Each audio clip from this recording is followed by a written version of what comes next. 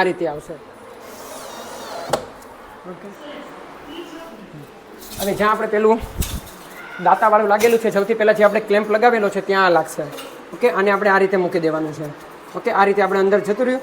એવી જ રીતે આ બીજું એને પણ આપણે આ રીતે અંદર નાખી દીધું.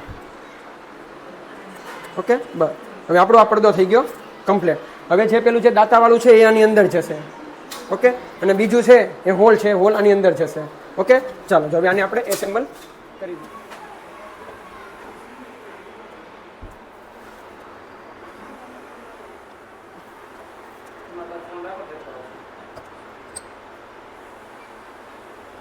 જો આને હવે આપણે પડદો આ રીતે લાગી ગયો છે. પછી મેં આવી રીતે હોલમાંથી દોરી બહાર કાઢી નાખેલી છે અને આપણે એક દોરી ખેંચો એટલે આ રીતે ઉપરથી નીચે પડદો આવે છે. તમે જુઓ,